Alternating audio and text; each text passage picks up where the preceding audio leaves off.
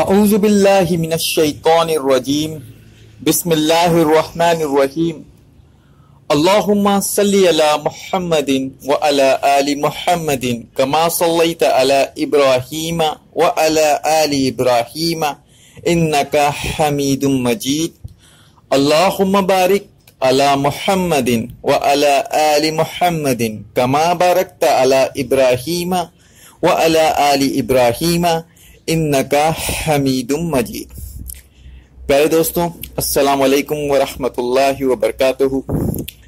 سیرت محمد مصطفیٰ صلی اللہ علیہ وآلہ وسلم کا لیکچر نمبر 8 آپ کی خدمت میں پیش کرتے ہیں۔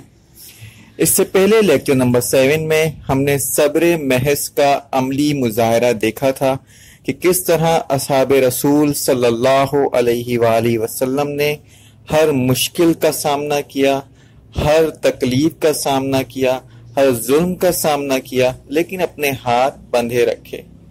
رسول اللہ صلی اللہ علیہ وآلہ وسلم کی طرف سے ہاتھ اٹھانے کا، جواب دینے کا کسی بھی طریقے سے کسی صحابہ کو موقع نہیں دیا گیا، آپ کی طرف سے اجازت نہیں تھی۔ تو صحابہ کرام ظلم سے تھے اور احد احد کا نعرہ مستانہ بلند کرتے، اللہ کے دین پر قائم رہتے، اور کس طرح حضرت ابو بکر صدیق رضی اللہ تعالیٰ عنہ پناہ میں لیے گئے اور پھر آپ نے اس پناہ کو خود واپس کر دیا کہ آپ تلاوت قرآن نہیں چھوڑ سکتے۔ ہم نے حضرت خباب کا واقعہ سنا، ہم نے حضرت بلال کا واقعہ سنا، اور اسی طرح کے ہم نے ان لونڈی کا واقعہ سنا، بیچاری باندی کا واقعہ سنا، جن کو تشدد کر کے ان کی آنکھوں کی بصارت چلی گئی، اور پھر اللہ رب العزت سے جب انہوں نے دعا کیا کہ یا اللہ، یہ مجھے جو تانا دیتے ہیں کہ تم نے ہمارے لات و عزا کو چھوڑا اس لیے تمہارے اوپر یہ مصیبت وارد ہوئی، اس کے مجھے تکلیف ہوتی ہے، اللہ رب العزت نے ان کی بینائی کو لٹا دیا۔ آئیے اس سلسلے کو ہم آگے بڑھاتے ہیں۔ اچھا جی، جب قریش کے لوگوں نے یہ دیکھا کہ باوجود اتنا ظلم و ستم کرنے کے مسلمانوں کی تعداد کم ہونے کے بجائے بڑھ رہی ہے، اور ایک مرتبہ جس نے کلمہ طیبہ پڑھ لیا اس کے بعد اس دین حق کو نہیں چھوڑتا، ہم ہر طرح کا ظلم کر ان پر دیکھ چکے، ہر طرح کی تکلیف ان کو پہنچا چکے، ہر طرح کی ایذا ان کو دے چکے، لیکن وہ راہ حق کو نہیں چھوڑنے کو تیار ہے۔ تو اب حضرت عمر رضی اللہ تعالی عنہ، حضرت حمزہ رضی اللہ تعالی عنہ ایمان لا چکے ہیں، تو اب اسلام کی قوت بڑھتی ہوئی انہیں نظر آ رہی ہے۔ اب انہوں نے کیا کیا، ایک نیا پینترا سوچا کہ کسی طرح اس قوت کو، اس دین کے رستے کو روکا جا سکے۔ انہوں نے دارالندوہ میں ایک میٹنگ کال کی اور تمام رؤسائے قریش اکٹھا ہوئے اور آپس میں مشورہ کیا۔ تو ان میں ایک مشورہ یہ طے پایا کہ کسی طرح رسول کریم صلی اللہ علیہ وآلہ وسلم کو راضی کیا جائے کہ وہ ایک مرتبہ لات و عزا یا ان کے جتنے دوسرے بت تھے ان کی ایک مرتبہ وہ تعظیم کر لیں، تو پھر اس طریقے سے حق کو باطل کرنا ان کے لیے آسان ہو جائے گا۔ چنانچہ اس ترکیب کو لاہ عمل طے کیا گیا اور رسول کریم صلی اللہ علیہ وآلہ وسلم کو رؤسائے قریش نے بلایا۔ جناب رسول کریم صلی اللہ علیہ وآلہ وسلم بے جھجک تشریف لے گئے وہاں۔ اب وہاں رؤسائے قریش نے آپ صلی اللہ علیہ وآلہ وسلم سے کچھ اس طرح بات کی کہ یہ اے محمد صلی اللہ علیہ وآلہ وسلم، ہم تمہارے سامنے ایک تجویز پیش کرتے ہیں تاکہ جو فساد مکے میں برپا ہے اسے دور کیا جا سکے، آپس میں جو اپنے دست و گریبان ہیں اس سے ہم بچ سکے۔ رسول اللہ صلی اللہ علیہ وآلہ وسلم نے فرمایا جی بتائیے کیا بات ہے ایسی؟ تو رؤسائے قریش بولے رسول کریم صلی اللہ علیہ وآلہ وسلم سے، یا محمد، ہم آپ کے رب کی، آپ کے اللہ کی عبادت کرنے کے لیے تیار، لیکن ایک شرط ہے۔ تو رسول اللہ نے جی بتائیے کیا شرط ہے؟ تو کہنے لگے کہ ایسا کیجئے کہ ایک دن تو ہم آپ کے اللہ کی عبادت کریں، آپ کے اللہ کی بڑائی اور کبریائی بیان کریں، ایک دن آپ ہمارے لات و عزا کی بڑائی بیان کریں، ان کی تعظیم کریں۔ رسول اللہ صلی اللہ علیہ وآلہ وسلم نے فرمایا یہ آپ کیا بات کر رہے ہو؟ تو کہنے لگے اچھا اگر آپ اس پہ راضی نہیں تو ایسا کیجئے آپ ایک دن لات و عزا کی اور ہمارے بتوں کی پوجا کیجئے، ہم ایک ہفتے تک ان کی آپ کے اللہ کی عبادت کرتے ہیں۔ رسول اللہ صلی اللہ علیہ وآلہ وسلم نے پھر فرمایا یہ آپ کس طرح کی بات کر رہے ہو؟ تو کہنے لگے اچھا محمد آپ ناراض نہ ہو، اگر آپ اس پہ بھی راضی نہیں تو ہم ایک مہینے تک آپ کے رب کی عبادت کرتے ہیں، آپ ایک دن آئیے ہمارے لات و عزا کو بوسہ دیجئے اور ان کی تعظیم کیجئے اور ان کی پوجا کیجئے۔ رسول اللہ نے انکار فرمایا۔ اس پہ روسہ قریش نے کہا چلیں اب ہم اس پر بھی راضی ہیں کہ اگر آپ ایک دن لات و عزا کی پرستش کریں، ان کی پوجا کریں، ان کی تعظیم کریں تو ہم ایک سال تک آپ کے رب کی عبادت کریں گے۔ رسول کریم صلی اللہ علیہ وآلہ وسلم نے یہ سن کر فرمایا کہ یا معاشر القریش اگر میں ایک دفعہ بھی عبادت کرنے جاؤں گا تمہارے لات و عزا کی تو میں کافر ہو جاؤں گا۔ حق تو یہی ہے نا، اگر ایک اللہ کا بندہ اللہ کو ماننے والا غیر اللہ کی عبادت کرنے لگ جائے تو اس کا دین کہاں ٹھہرتا ہے؟ پھر کہا رسول اللہ صلی اللہ علیہ وآلہ وسلم نے ظالمو تم یہ کیا بات کرتے ہو؟ تم باطل کو نہیں چھوڑنا چاہتے تو ہم حق کو کیسے چھوڑ دیں؟ بہرحال اسی موقع پر اسی لیے رسول کریم صلی اللہ علیہ وآلہ وسلم پر اللہ پاک نے قرآن میں یہ فرمایا اے پیرے نبی کافر تو یہ چاہتے ہیں کہ تم تھوڑا نرم ہو جاؤ تاکہ وہ بھی نرم ہو جائیں۔ لو تدہنوا ویدہنون فلا تطع المکذبین، یعنی یہ تو چاہتے ہیں کہ آپ نرم ہو تھوڑا نرم تو یہ بھی نرم ہو جائیں، اور خبردار آپ نے کبھی کسی جھوٹے کی اتباع نہیں کرنی۔ اور پھر دیکھیے سورہ کافرون کا بھی کچھ اسی طرح کا مفہوم ہے۔ بسم اللہ الرحمن الرحیم، شروع کرتا ہوں اللہ کے نام سے جو بڑا مہربان نہایت رحم والا ہے۔ قل یا ایھا الکافرون، اے محمد صلی اللہ علیہ وآلہ وسلم آپ کہہ دیجئے اے کافروں، لا اعبدو ما تعبدون، نہ میں عبادت کرتا ہوں اس کی جس کی تم عبادت کرتے ہو، ولا انتم عابدون ما اعبد، نہ تم عبادت کرنے والے ہو اس کی جس کی میں عبادت کرتا ہوں، ولا انا عابد ما عبدتم، اور نہ میں عبادت کروں گا جس کی تم عبادت کرتے ہو، ولا انتم عابدون ما اعبد، اور نہ تم اس کی عبادت کرنے والے ہو جس کی میں عبادت کرتا ہوں۔ لکم دینکم ولی دین، تمہارے لیے تمہارا دین ہے اور میرے لیے میرا دین ہے۔ تو یہاں یہ بات بالکل واضح ہے کہ اللہ کے دین کے عقائد کو آپ نہیں بدل سکتے، اس میں کوئی لچک نہیں دکھا سکتے۔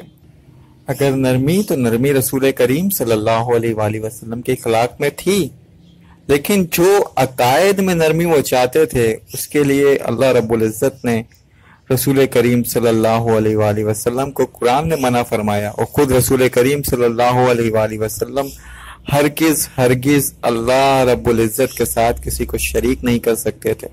کہ کیسے مان جاتے کہ ایک دن اللہ کی عبادت ہو اور ایک سال اور ایک دن ان کی عبادت ہو لات و عزا کی، اور ایک سال اللہ کی عبادت ہو اور ایک دن لات و عزا کی؟ یہ تو آپ کے بنیادی عقائد پر حملہ تھا نا۔ تو اللہ کے رسول صلی اللہ علیہ وآلہ وسلم نے منع فرما دیا، اور اس طرح روسہ قریش کی ایک اور سازش یا ایک اور اسکیم ناکام ہو گئی۔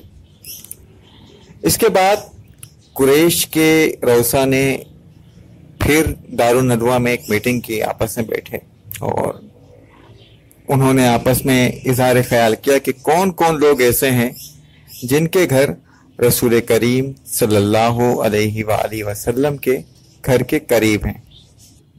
تو ابھی لہب کا گھر بالکل قریب تھا رسول کریم صلی اللہ علیہ وآلہ وسلم کے، اور بھی کچھ کفار کا گھر ظاہر قریب میں تھا۔ تو ان لوگوں نے فیصلہ یہ کیا کہ جن کے گھر قریب ہیں رسول کریم صلی اللہ علیہ وآلہ وسلم کے گھر سے، وہ اپنے گھر کا سارا کوڑا کرکٹ جو جمع ہوتا ہے وہ سب لا کے رسول کریم صلی اللہ علیہ وآلہ وسلم کے گھر کے سامنے ڈال دیں گے۔ اب اس زمانے میں بلدیہ کا سسٹم نہیں ہوا کرتا تھا کہ کچرے کی گاڑی آ کے وہ سب اٹھا کے لے جائے، تو ہر آدمی کو اپنے گھر کی صفائی کرنی پڑتی تھی اور کچرا دور پھینکنا پڑتا تھا۔ جیسے آپ بھی کچرے جہاں تک پھینکے جاتے ہیں دور ایک علاقے میں اس کو بھیجنا پڑتا تھا۔ تو روسا قریش نے یہ فیصلہ کیا کہ اپنے گھروں کا نکلنے والا کچرا رسول کریم صلی اللہ علیہ وآلہ وسلم کے گھر کے سامنے ڈال دیں تاکہ ان کو اذیت ہو۔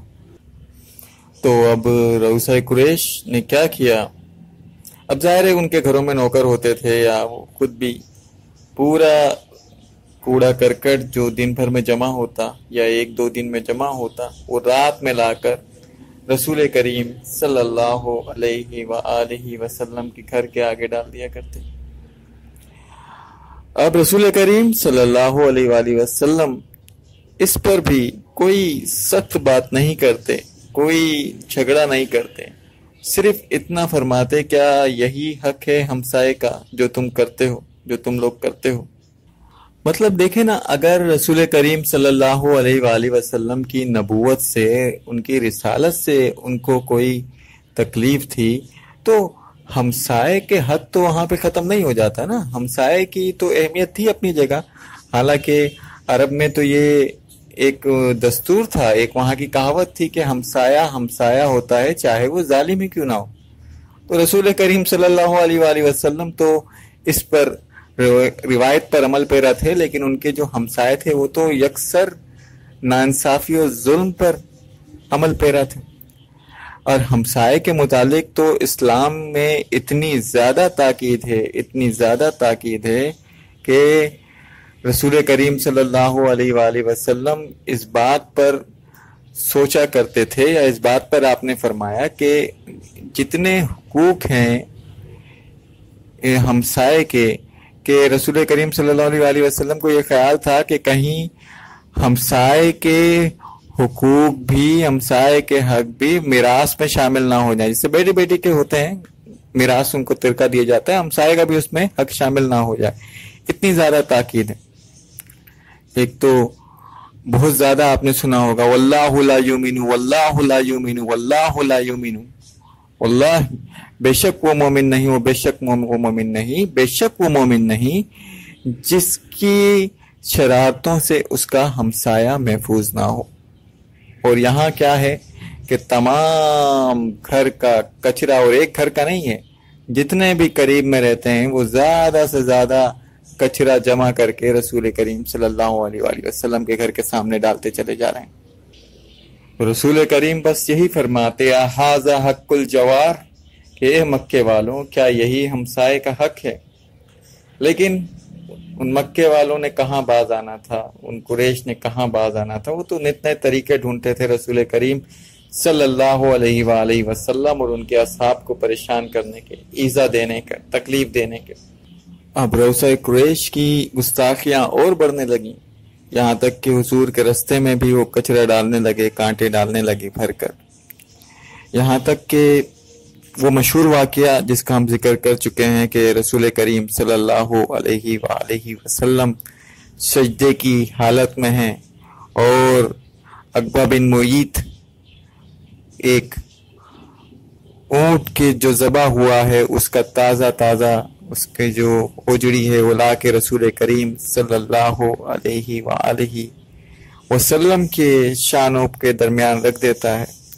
اب وہ اس سے خون رس رہا ہے، گندگی رس رہی ہے، جو رسول کریم صلی اللہ علیہ وآلہ وسلم سجدے کی حالت میں ہیں۔ یہ منظر دیکھ کر قریش اتنا خوش ہیں، اتنا کہہ لگاتے ہیں کہ ایک دوسرے پر گر گر پڑتے ہیں۔ ان کے ہنسنے کی کوئی لمٹ ہی نہیں ہے، وہ بے تحاشا ہنسے جا رہے ہیں کہ دیکھو محمد کی عبادت کو، دیکھو دیکھو کیسے عبادت کر رہا ہے صلی اللہ علیہ وآلہ وسلم۔ وہ عبداللہ ابن مسعود رضی اللہ تعالی عنہ آتے ہیں اور رسول کریم صلی اللہ علیہ وآلہ وسلم کی وہ کیفیت دیکھتے ہیں اور قریش کو دیکھتے ہیں. ان میں تو اتنی طاقت نہیں ہے، بیچارے کمزور ہیں کہ وہ قریش سے لڑ سکیں. وہ جا کر رسول کریم صلی اللہ علیہ وآلہ وسلم کی کم سن بیٹی ہیں، چھوٹی ہیں اس حضرت بی بی فاطمہ رضی اللہ تعالی عنہا، ان کو بتاتے ہیں. اور وہ آتی ہیں، بڑے غصے میں آتی ہیں، جلال میں آتی ہیں. اللہ پاک ان کو اتنی قوت دیتا ہے کہ وہ اس اوجڑی کو رسول کریم صلی اللہ علیہ وآلہ وسلم کے اوپر سے ہٹا کے پھینکتی ہیں اور رسول کریم صلی اللہ علیہ وآلہ وسلم سجدے سے سر اٹھاتے ہیں. بی بی فاطمہ ان قریش کو ہنستا ہوا دیکھتی ہیں تو اللہ رب العزت سے کہتی ہیں، یا اللہ انہیں پکڑ، انہیں اپنی گرفت میں لے. اس موقع پر رسول کریم صلی اللہ علیہ وآلہ وسلم بھی جلال میں آئے. آپ نے بھی اللہ رب العزت سے کہا، اللہم علیک بعقبہ، اللہم علیک بعتبہ، اللہم علیک بشیبہ، اللہم علیک بولید ابن المغیرہ. اللہ پاک ان سب پر اپنا قہر نازل کر اور ان کو اپنے قہر میں پکڑ لے اور جکڑ لے. اب رسول کریم صلی اللہ علیہ وآلہ وسلم کی مبارک زبان سے یہ الفاظ جب نکلے تو سننے والے کافر عقبہ شیبہ یہ سن کر اب ان کے چہرے کا رنگ بدل گیا. وہ خائف ہو گئے، خوف میں مبتلا ہو گئے کہ محمد صلی اللہ علیہ وآلہ وسلم کی دعا تو ہمیں لگے.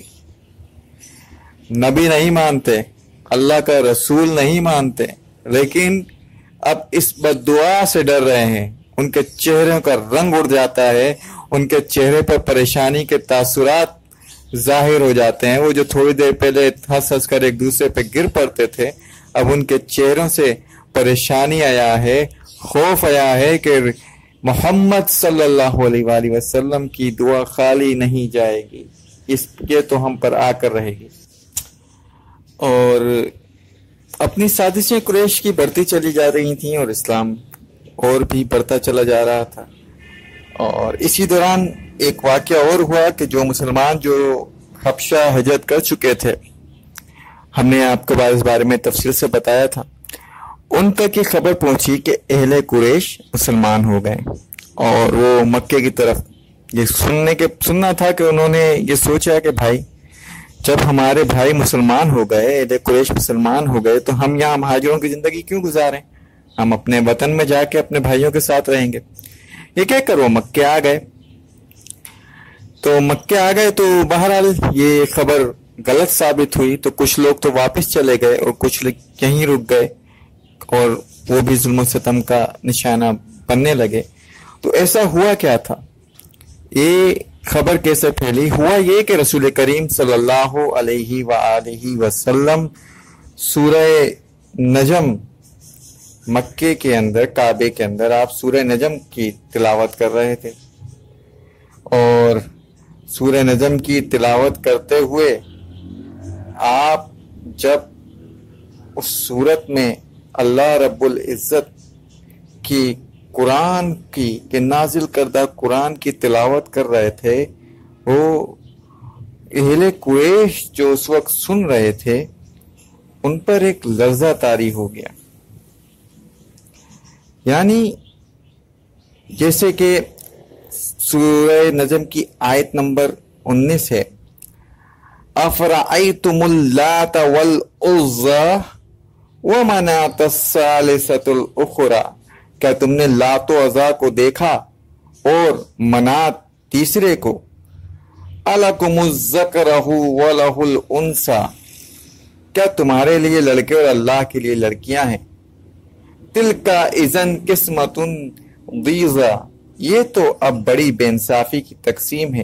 یعنی کہ اس میں لات و عزا کا جب ذکر آیا تو قریش اور بھی زیادہ اسے غور سے اور انہماک سے سننے لگے کہ ہم آج تو محمد صلی اللہ علیہ وآلہ وسلم نعوذ باللہ ہمارے خداؤں کا ذکر کر رہے ہیں، ان کی تعریف کر رہے ہیں. اور جب اس صورت میں قیامت کا ذکر آیا تو ان پر ایک خوف طاری ہو گیا، جیسے آیت نمبر 57 میں ہوا، ازفت الازفہ، آنے والی گھڑی قریب آ گئی. لَيْسَ لَهَا مِن دُونِ اللَّهِ كَاشِفًا، اللہ کے سوا اس کا وقت معین دکھانے والا اور کوئی نہیں۔ أَفَمِنْ هَذَا الْحَدِيثِ تَعْجُبُونَ، پس کیا تم اس بات پر تعجب کرتے ہو؟ وَتَضْحَكُونَ وَلَا تَبْكُونَ، اور ہنس رہے ہو روتے نہیں۔ وَأَنْتُمْ سَامِدُونَ، بلکہ تم کھیل رہے ہو۔ فَاسْجُدُوا لِلَّهِ وَاعْبُدُوهُ، اور اللہ کے سامنے سجدہ کرو اور اللہ کی عبادت کرو۔ تو جیسے ہی اللہ کے رسول صلی اللہ علیہ وآلہ وسلم کی مبارک زبان سے قرآن کریم کی ان آیات کی تلاوت ہوئی جس میں قیامت کا ذکر تھا، تو اہل قریش کے ہوش اڑ گئے، اور جیسے ہی آپ صلی اللہ علیہ وآلہ وسلم نے اس کی آخری آیت فَاسْجُدُوا لِلَّهِ وَاعْبُدُوا تلاوت فرمائی، یعنی اب اللہ کے سامنے سجدہ کرو اور عبادت کرو، تو رسول کریم صلی اللہ علیہ وآلہ وسلم فوراً سجدے میں گر گئے، صحابہ بھی سجدے میں گر گئے۔ تو جو اہل قریش تھے ان پر ایسا رعب طاری ہوا، ان پر ایسی خوف کی کیفیت طاری ہوئی کہ وہ بھی سب کے سب سجدے میں گر گئے۔ اب سجدے میں گرنے کے بعد جب وہ اٹھے تو انہیں خود نہیں پتا تھا کہ ان کے ساتھ کیا ہو گیا۔ بہرحال یہ خبر جب حبشہ میں موجود مسلمانوں تک پہنچی کہ ظاہر ہے یہ واقعہ کو لوگوں نے دیکھا ہوگا، کچھ تاجروں نے دیکھا ہوگا جو حبشے میں رہتے ہوں گے، اور جب انہوں نے یہ منظر دیکھا تو انہوں نے یہ اخذ کر لیا کہ سارے کے سارے جو قریش ہیں وہ مسلمان ہو گئے، اور یہ خبر حبشہ میں موجود مسلمانوں تک پہنچی تو انہوں نے واپس آنے کا فیصلہ کیا۔ بہرحال جب مکے پہنچے تو یہ خبر جھوٹی ثابت ہوئی۔ سورہ نجم کے اس واقعے سے اہل قریش کے سجدے میں گر جانے کے بعد قریش کو اپنی بے عزتی محسوس ہونے لگی، اپنی سبکی محسوس ہونے لگی، اور اس کا وہ براہ راست اظہار تو نہیں کر سکتے تھے۔ چنانچہ ابو جہل نے دارالندوہ میں دوبارہ میٹنگ کال کرنے کے دوران یہ معاملات اٹھائے گئے۔ اس میں کہا گیا کہ ہم نے ہر طرح کا ظلم کیا، ہر طرح کا ستم کیا، ہم نے ان کو ہر طرح کا لالچ دے کے دیکھا، ہم نے ہر طریقے سے اپنے تئیں بات کو سنبھالنے کی کوشش کی کہ آپس میں فسق و فجار اور آپس کی لڑائی نہ ہو، فساد نہ ہو، لیکن کیونکہ محمد صلی اللہ علیہ وآلہ وسلم باز نہیں آتے اور آپ کا ساتھ دینے سے بنو ہاشم بھی باز نہیں آتے، تو اب اس کا آئندہ میں کیا لاہ عمل طے کریں کہ بنو ہاشم بھی رسول کریم صلی اللہ علیہ وآلہ وسلم کی آنت سے اپنا ہاتھ کھینچ لیں۔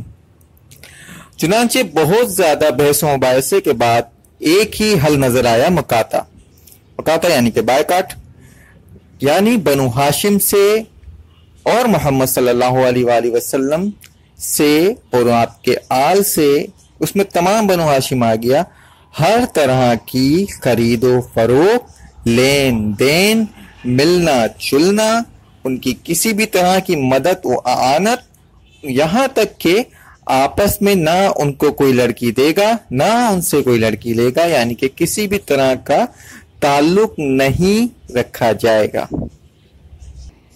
قریش کا یہ دستور تھا کہ جب وہ کوئی اس طرح کا معاہدہ کر دے تو اسے کعبے میں لا کر ٹانگ دیا کرتے تھے۔ چنانچہ تمام قبائل نے ایک معاہدہ مرتب کیا کہ کوئی شخص نہ خاندان بنی ہاشم سے قربت کرے گا، نہ ان کے ہاتھ خرید و فروخت کرے گا، نہ ان سے ملے گا، نہ ان کے پاس کھانے پینے کا سامان جانے دے گا، جب تک وہ محمد صلی اللہ علیہ وآلہ وسلم کو قتل کے لیے حوالہ نہ کر دیں۔ قتل کے لیے حوالے نہ کر دیں، یہ معاہدہ منصور بن اکرمہ نے لکھا اور کعبے پر آویزاں کر دیا گیا۔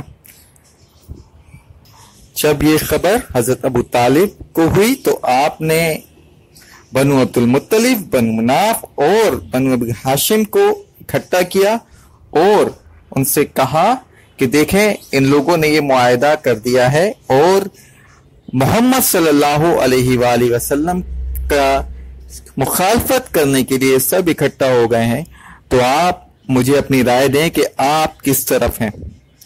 اچھا، یہ وہ ہے جن میں اکثریت ایمان نہیں لائی ہے، اکثریت مسلمان نہیں ہوئی ہے۔ میں آپ سے پہلے بھی عرض کر چکا ہوں، ان لوگوں نے بغیر کسی تاخیر کے ایک ساتھ کہا کہ ہم محمد صلی اللہ علیہ وآلہ وسلم کے ساتھ کھڑے ہوں گے۔ اس طرح بنو ہاشم، بنی عبد مناف، بنو عبد المطلب، ان تینوں کے خلاف مقاطعہ کا عمل وقوع پذیر ہوا، اور تمام اہل قریش اس بات پر متفق ہو گئے کہ وہ ان پر ایک مقاطعہ یا بائیکاٹ شروع کر دیں۔ چنانچہ حضرت ابو طالب مجبور ہو کر تمام خاندان بنی ہاشم کے ساتھ شعب ابو طالب میں پناہ گزین ہوئے۔ یہ پہاڑ کا ایک درہ تھا جو خاندان بنو ہاشم کا موروثی تھا۔ 3 سال تک بنو ہاشم نے اس حصار میں بسر کی۔ یہ زمانہ ایسا سخت گزرا کہ طلحہ کے پتے کھا کر رہتے تھے۔ حدیثوں میں جو صحابہ رضی اللہ تعالی عنہ کی زبان سے مذکور ہے کہ ہم طلحہ کی پتیاں کھا کھا کر بسر کرتے تھے، اس زمانے کا واقعہ ہے۔ چنانچہ حضرت سعد بن وقاص کا بیان ہے کہ ایک دفعہ رات کو سوکھا ہوا چمڑا ہاتھ آ گیا، میں نے اس کو پانی سے دھویا اور پھر آگ پر بھونا اور پانی میں ملا کر کھایا کرتے تھے۔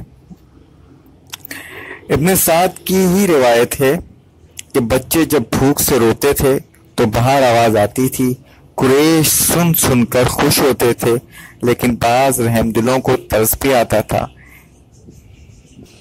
اس واقعے کو جناب ابو الاسر حفیظ جالندھری نے شاہنامہ اسلام میں نظم میں کچھ اس طرح لکھا ہے: شریروں کو بڑی شرمندگی تھی اپنی ہیٹی کی، اکٹھے ہو کے پھر اہل ستم نے ایک کمیٹی کی۔ بنو ہاشم کے گھر سے بو لہب بھی تھا شامل، کہ ہر ایذا دہی کے وقت اس کا ہاتھ تھا شامل۔ صلاح و مشورے کے بعد اب یہ بات طے پائی کہ ایک تحریر لکھو در کعبہ پر لٹکائی۔ لکھا یہ تھا تعلق قطع ہے اب آل ہاشم سے، نہ رکھیں گے آج کے دن سے کوئی واسطہ ہم سے۔ بیاں شادی رفاقت ناتا رشتہ دوستی الفت، مروت لین دین اور ملنا جلنا سب رخصت۔ تواضع گفتگو بے و شرع سب ترک کرتے ہیں، کوئی آ کر نہ پوچھے وہ جیتے ہیں کہ مرتے ہیں۔ ہمارے شہر میں ڈھونڈے نہ چیزیں کھانے پینے کی، نہیں پرواہ ہمیں اب ان کے مرنے اور جینے کی۔ ہمارے اس کا باہم کا دھندے بند ہیں سارے، ہمارے ان کے باہم کام دھندے بند ہیں سارے۔ قریش اس باہمی تحریر کے پابند ہیں سارے۔ ابو طالب لیے بیٹھے رہیں اپنے بھتیجے کو، مریں گے بھوکے پیاسے خود سمجھ لیں گے نتیجے کو۔ محمد جو ہمیں ہر بات میں گمراہ کرتا ہے، خدا کو ایک اور خود کو رسول اللہ کہتا ہے۔ ابو طالب اگر اس کو ہمارے ہاتھ میں دے دیں، جو اس کے ساتھ والے ہیں سب اس کے ساتھ میں دے دیں، ہم ان کو قتل کر ڈالیں گے پھر یہ عہد ٹوٹے گا، لہو ان کا دوبارہ نخل الفت بن کے پھوٹے گا۔ غرض یہ عہد لکھوا کر در کعبہ پہ لٹکایا۔ ابو طالب کے پاس ایک ہاشمی فوراً خبر لایا، جناب ابو طالب کی ثابت قدمی۔ ابو طالب نے فرمایا عجب الٹا زمانہ ہے، یہ اچھی دوستی ہے، واہ کیا اچھا بہانہ ہے۔ وہ صبح نور جس کے چہرے انور کی برکت سے، کیا کرتے ہیں بارہ کی تمنا ابر رحمت سے۔ وہ دامن جو یتیموں کو پناہیں دینے والا ہے، وہ اندھوں کو بصیرت کی نگاہیں دینے والا ہے۔ وہ جس نے اجڑی پجڑی آدمیت کو سنوارا ہے، جو بے یاروں کا یار ہے، بے سہاروں کا سہارا ہے۔ وہی جو ابر رحمت بن کے بے جانوں کو جاں بخشے، چمن کو رنگ بخشے اور بلبل کو زباں بخشے۔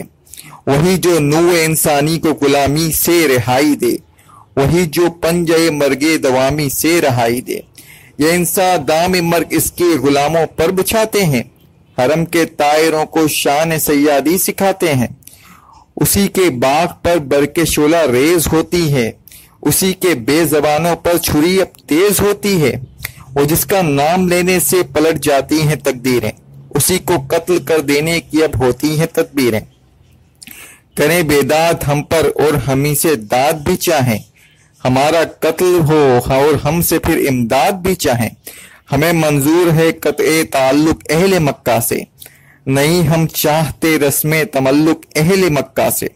یہ کہہ کر عالم عبد المطلب کو گھر میں بلوایا، کیا کنبہ اکٹھا اور سارا حال بتلایا۔ بنی ہاشم اگرچہ آج تک ایمان نہ لائے تھے، مگر اہل حمیت ہاشمی ماؤں کے جائے تھے، اکٹھے ہو گئے شعبے ابی طالب میں آ کر، یہیں پر تھے رسول پاک اہل بیت اور چاکر۔ فقط ایک بو لہب سب سے الگ تھا، سب کا دشمن تھا، نہایت سنگ دل بے رحم بے ایمان پرفن تھا۔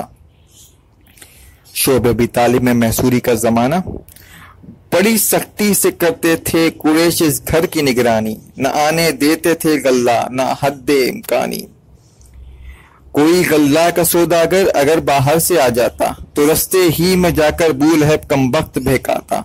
پہاڑوں کا یہ درہ قلعہ محصور تھا گویا، خدا والوں کو فاقوں نہ منظور تھا گویا۔ رسول اللہ لیکن مطمئن تھے اور صابر تھے، خدا جس حال میں رکھے اسی حالت پہ شاکر تھے۔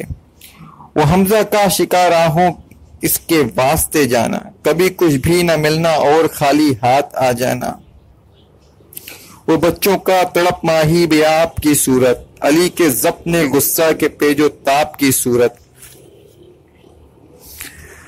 عمر کا ہاتھ اکثر قبضہ شمشیر پر رکھنا، نبی کے حکم پر سر تکیہ تقدیر پر رکھنا، نبی کے حکم کی تعمیل کرنا اور چپ رہنا، غضب کو ضبط کرنا، قہر اپنی جان پر سینا، وہ بھوکی بچیوں کا روٹ کر فلفور من جانا، خدا کا نام سن کر صبر کی تصویر بن جانا، تڑپنا بھوک سے کچھ روز آخر جان کھو دینا، وہ ماؤں کا فلک کو دیکھ کر چپ چپ رو دینا، چپ چاپ رو دینا۔ گزارے 3 سال اس رنگ سے ایمان والوں نے، دکھا دی شان استقلال اپنی آن والوں نے، رضا و صبر سے دن کٹ گئے ان نیک بختوں کے، کہ کھانے کے لیے ملتے رہے پتے درختوں کے۔ دکھائی شکل اس آغاز کے انجام نے ایک دن، چچا کو دی خبر اس مصدر الہام نے ایک دن، کہ دیمک کھا چکی ہے ظالموں کے عہد نامے کو، شکستہ کر دیا اللہ نے باطل کے خامے کو۔ ہے عبرت کا سبق اس انتباہ آسمانی میں، فقط نام خدا باقی ہے اس تحریر فانی میں۔ تو رسول اللہ صلی اللہ علیہ وآلہ وسلم کے ساتھ ثابت قدم رہنے والے انتہائی مشکلات سے دوچار تھے۔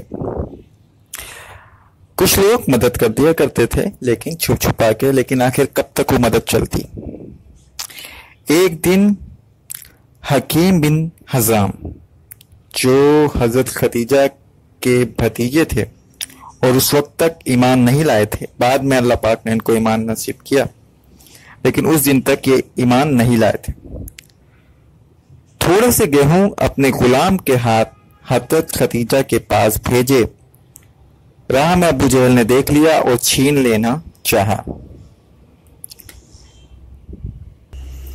حکیم بن حزام نے ایک اونٹ تیار کیا اور اس میں کھانے پینے کا سامان لادا اور بنو ہاشم کی طرف چلے، شعبہ ابی طالب کی طرف چلے۔ ابو جہل راستے میں ملا اور اس نے کہا کہ کہاں کو جاتے ہیں؟ حکیم بن حزام بولے میری مرضی، کیونکہ وہ جھوٹ نہیں بولنا چاہتے تھے۔ تو ابو جہل بولا ہاں ہاں مجھے پتا ہے کہ یہ تم شعبہ ابی طالب لے کے جا رہے ہو، کیونکہ تمہاری رشتہ داری ہے نا بنو ہاشم سے، آج تمہارا بھی دل پسیج گیا۔ تو حکیم بن حزام بولے کہ چھوڑو میں کہاں بھی جا رہا ہوں، میری مرضی۔ تو ابو جہل بولا کہ نہیں، یہ نہیں ہو سکتا کہ میں تمہیں اجازت دے دوں کہ میرے دشمنوں کو تم کھانا پہنچاؤ۔ اسی دوران اتفاق سے ابو البختری نامی شخص بھی وہاں پہنچ گیا، وہ بھی کافر تھا اور سرداروں میں سے تھا۔ اس نے آ کے پوچھا بھائی کیا معاملہ ہے؟ تو حکیم بن حزام بولے کہ بھائی میں جا رہا ہوں اپنا سامان لے کر اور میری مرضی میں جہاں جاؤں۔ تو ابو البختری نے ابو جہل کو کہا کہ دیکھو یہ ایک آزاد آدمی ہے اور یہ بھی سردار میں ان کا شمار ہوتا ہے، وہ جہاں مرضی جا رہے ہیں، تم کیوں راستہ روکتے ہو؟ تو ابو جہل بولا کہ نہیں، میں اس کو نہیں جانے دے سکتا، ہم نے تو بائیکاٹ کیا ہوا ہے، ہم نے تو انہیں حصار میں لے رکھا ہے، ہم تو انہیں کھانا پہنچانے نہیں دیتے، ہر طرح کے ان کو ہم نے محصور کر کے رکھا ہے تاکہ انہیں تکلیف ہو۔ اگر انہیں کھانا پہنچتا رہے گا، رسد پہنچتی رہے گی، تو کس بات کی تکلیف ہوگی انہیں؟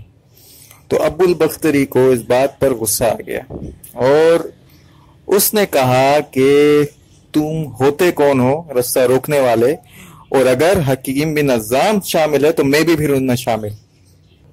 اس طرح بات بڑھی تو ابو جہل کو وہاں سے ہٹنا پڑا اور حکیم بن حزام اپنا رسد لے کر وہاں پہنچ گئے۔ اسی طرح اگر کوئی قافلہ باہر سے آ جاتا اور سب سے پہلے وہاں ابو لہب جا کے اس کو بولتا کہ تم نے نہیں دینا محمد اور ان کے ساتھیوں کو کھانے پینے کا سامان، یہاں تک کہ ابو جہل وہاں پہنچ کر اس سے پوچھتا اپنے مال کا، ان کا تخمینہ لگواتا کہ کتنے کا ہے۔ سمجھ لیجئے وہ کہتا کہ 100 ریال کا ہے یا 100 درہم کا ہے، تو وہ کہتا میں 200 دوں گا، میں 150 دوں گا، لیکن تم نے وہاں نہیں دینا، سب کا سب مجھے دے دینا۔ اس طرح باہر سے بھی کوئی مدد نہیں کر سکتا تھا کہ وہ اگر آتا تو اس سے مال خرید لیا جا سکتا۔ لیکن ان تمام تکلیفوں کے بعد ایک دن بھی رسول کریم صلی اللہ علیہ وآلہ وسلم نے اپنے کام کو نہیں روکا۔ آپ اپنی تبلیغ سے پیچھے نہیں ہٹے، آپ اپنی دعوت سے پیچھے نہیں ہٹے، آپ اپنی نبوت کے فرائض کی تکمیل سے آپ نے ایک قدم بھی پیچھے نہیں ہٹایا۔ 3 برس تک رسول کریم صلی اللہ علیہ وآلہ وسلم اور تمام آل ہاشم نے یہ مصیبتیں جھیلیں۔ بالآخر دشمنوں ہی کو رحم آیا اور خود ہی انہی کی طرف سے معاہدے کو توڑنے کی تحریک ہوئی۔ حشام عامری خاندان بنو ہاشم کا قریبی رشتہ دار تھا، وہ قبیلے میں ممتاز تھا، وہ چوری چھپے بنو ہاشم کو غلہ وغیرہ بھی بھیج دیا کرتا تھا۔ ایک دن وہ حکیم بن حزام کے پاس آیا، بعض جگہ لکھا ہے کہ وہ ظہیر کے پاس آیا جو عبد المطلب کے نواسے تھے، اور کہا کہ کیا تمہیں پسند ہے کہ تم کھاؤ پیو، ہر قسم کا لطف اٹھاؤ اور تمہارے ماموں کو ایک دانہ تک نصیب نہ ہو؟ تو وہ بولے میں کیا کروں، میں تنہا ہوں، ایک شخص بھی میرا ساتھ دے تو میں ظالمانہ معاہدے کو پھاڑ کر پھینک دوں۔ الشام نے کہا کہ میں موجود ہوں۔ یہ دونوں مل کر متم بن عدی کے پاس گئے۔ ابو البختری ابن حشام زما بن الاسود نے بھی ساتھ دیا اور دوسرے دن سب مل کر حرم میں گئے۔ وہاں قریش موجود تھے، بیٹھے تھے، تو ان میں سے بولے کہ اے بنی قریش، ایک قریش والوں، یہ کیا معاہدہ تم نے کیا ہوا ہے؟ تم چاہے ایمان لاؤ یا نہ لاؤ، لیکن یہ کون سا طریقہ ہے کہ تم نے بنو ہاشم کے ساتھ اس طرح کا معاہدہ کیا ہے کہ ان کی بچے بھوک سے بلکتے ہیں؟ یہ تو بہت ظلم ہے، زیادتی کی بات، اور ہم یہ تمہیں مزید برداشت نہیں کر سکتے۔ تو ابو جہل کھڑا ہو گیا۔ ابو جہل نے کہا تم کیا بولنا چاہتے ہو، میں یہ نہیں ہونے دوں گا۔ اچھا، اب ان میں سے ایک ساتھی اور کھڑے ہو گئے، انہوں نے بھی وہی باتیں کی، تو وہاں سے پھر ابو جہل کا کوئی ساتھی کھڑا ہو گیا، تو پھر ان میں سے ایک ساتھی کھڑا ہوا، یہ جو 4-5 لوگ اکٹھا ہو کے گئے تھے۔ اس طرح حشام عامری، زہیر، حکیم بن حزام، ابو البختری، متم بن عدی، ابن زما بن اسود، یہ 5 آدمی اکٹھا کھڑے ہو گئے، اور وہاں سے بھی تقریباً اتنے ہی کھڑے ہوئے۔ تو اب جو قریش تھے ان کا ماتھا ٹھنکا کہ ایسا نہ ہو کہ یہ آپس میں ہی کشت و خون شروع ہو جائے، ان کی بھی حیثیت سرداروں کی ہے، منع کرنے والوں کی حیثیت بھی سرداروں کی ہے، تو اب ہمیں سمجھداری سے کوئی بیچ کا راستہ نکال لینا چاہیے، ورنہ بات اب خون خرابے تک پہنچ جائے گی، کیونکہ یہ تو قریش کا کیا، اس وقت تمام عرب قبائل کا ایک طریقے سے مزاج تھا کہ چھوٹی چھوٹی باتوں پر جنگیں ہو جایا کرتی تھیں، اور وہ سالوں چلتی رہتی، اور اس میں بڑی تعداد میں کشت و خون بہتا، لوگ مرتے، اور وہ معاملات چلتے رہتے، نسل در نسل در نسل وہ دشمنیاں چلتی رہتی، ان کو ختم کرنا بہت مشکل ہو جاتا تھا۔ سید سلیمان ندوی نے اس واقعے کو اس طرح تحریر کیا ہے کہ جب یہ سب لوگ مل کر حرم گئے، زہیر نے سب لوگوں کو مخاطب کر کے کہا، اے اہل مکہ، یہ کیا انصاف ہے کہ ہم لوگ آرام سے بسر کریں اور بنو ہاشم کو آب و دانہ نصیب نہ ہو؟ خدا کی قسم جب تک یہ ظالمانہ معاہدہ چاک نہ کر دیا جائے میں باز نہ آؤں گا۔ ابو جہل برابر سے بولا، ہرگز اس معاہدے کو کوئی ہاتھ نہیں لگا سکتا۔ زما نے کہا، تو جھوٹ کہتا ہے، جب یہ لکھا گیا ہم اس وقت بھی راضی نہ تھے۔ غرض متم نے ہاتھ بڑھا کر دستاویز کو اتارا اور متم بن عدی بن قیس، زما بن الاسود، ابو البختری، زہیر سب ہتھیار باندھ کر بنو ہاشم کے پاس گئے اور ان کو درے سے نکالا۔ جب اس معاہدے کو اتارا گیا تو اس معاہدے میں اللہ کے اور اللہ کے رسول محمد صلی اللہ علیہ وآلہ وسلم کے نام کے علاوہ یا بعض روایتوں میں اللہ کے نام کے علاوہ تمام کا تمام جو معاہدہ تھا اسے دیمک کھا گئی تھی۔ رسول کریم صلی اللہ علیہ وآلہ وسلم نے یہ خبر اپنے چچا کو دے دی تھی کہ ایسا معاہدے میں ہو گیا ہے۔ آپ بھی وہیں موجود تھے اور آپ نے معاہدے کو اتارنے سے پہلے یہ بات کہی کہ محمد صلی اللہ علیہ وآلہ وسلم نے مجھے خبر دی ہے کہ اس معاہدے میں اللہ کے نام کے سوا تمام تحریر کو دیمک نے کھا لیا ہے۔ اب یہ جو ہے خانہ کعبہ میں لٹکا ہوا ہے اور لٹکی ہوئی چیز پہ دیمک کیسے چڑھے گی، کیسے وہاں تک پہنچے گی؟